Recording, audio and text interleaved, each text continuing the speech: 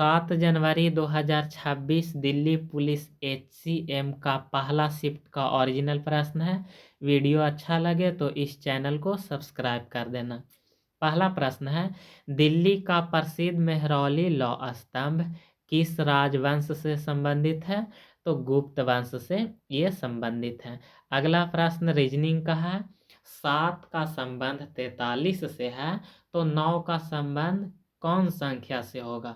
तो 7 से 1 काम करेगा तो 6, और 7 को 6 से गुना करेगा तो 42, और उसमें 1 जोड़ देंगे तो हो जाएगा 43।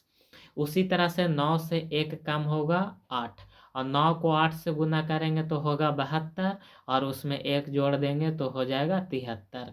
तो इसका सही आंसर होगा ऑप्शन सी। अगला प्रश्न भी रीजनिंग का है। दी गई श्रृंखला में विषम संख्या का चयन करें। विषम कहने का मतलब ये चारों में से सबसे अलग कौन है?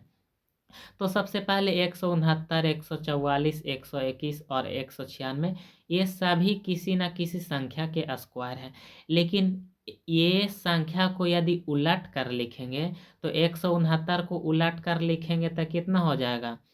169 को उलट कर लिखेंगे तो सबसे पहले लिखेंगे 9, उसके बाद 6, उसके बाद 1, तो ये 961 होगा। मतलब सभी संख्या को उलट कर लिखेंगे तो एक नया संख्या बनेगा। लेकिन 121 को यदि तुम उलट कर लिखेगा तो 121 ही बनेगा। यानी ये चारों में से सबसे अलग विषम संख्या है 121। तो हमारा सही आंसर होगा ऑप्शन सी। अगला प्रश्न है, हांगझोऊ एशियाई खेल 2023 में भारत ने अपना पहला स्वर्ण पदक किस खेल में जीता? तो पुरुष की 10 मीटर एयर राइफल टीम ने सबसे पहले पदक जीता था।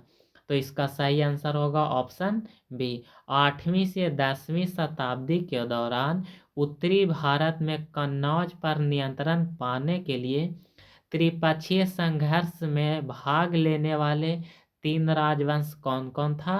तो पाल वंश, प्रतिहार वंश और राष्ट्रकूट वंश। तो इसका सही आंसर होगा ऑप्शन बी। 77वीं सीनियर नेशनल एक्वेटिक चैंपियनशिप का आयोजन कहाँ किया गया था 2024 में? तो कर्नाटक के बंगलुरु में इसका आयोजन किया गया था।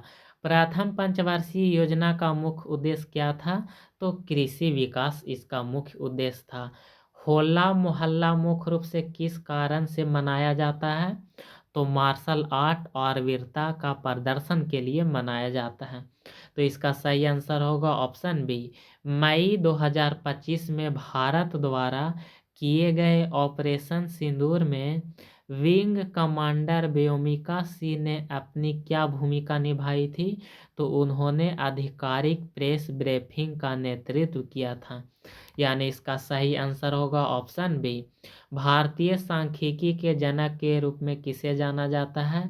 तो PC महालनोबिस को जाना जाता है। तो इसका सही आंसर होगा ऑप्शन बी। यदि अर्थव्यवस्था में क्रेता और विक्रेता अपने अपने कार्य को कुशलतापूर्वक निष्पादित करता है तो अर्थव्यवस्था पर इसका प्राथमिक प्रभाव क्या पड़ेगा?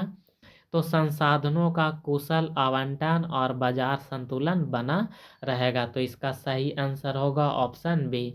वृद्धावस्था और बूढ़ा होने की प्रक्रिया के वैज्ञानिक अध्ययन को क्या कहते हैं? तो इसको कहते हैं जीरेंटोलॉजी।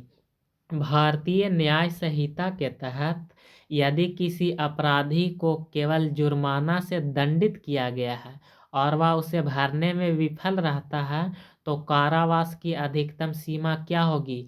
मतलब अधिक से अधिक कितने दिन तक वो जेल में रहेगा? तो 6 महीना तक वो जेल में रहेगा। यानी सही आंसर होगा ऑप्शन सी।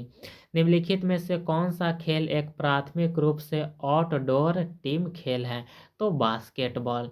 रऊफ और हफीजा, जिसे स्थानीय स्तर पर सैफ या सैफ भी कहा जाता है, नृत्य मुख्य रूप से किस त्योहार या अवसर से संबंधित है?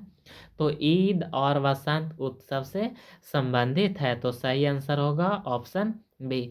उसके बाद अगला प्रश्न है, दिया गया था पुस्तक और उसका लेखक मिलान करना था। तो द व्हाइट टाइगर ई पुस्तक को लिखा था अरविंद अडिगा और उसके बाद मिडनाइट चिल्ड्रन पुस्तक को लिखा था सलमान रुश्दी। यानी 1 का आंसर होगा 2 और 2 का आंसर होगा 1, तो इसका सही आंसर होगा ऑप्शन बी।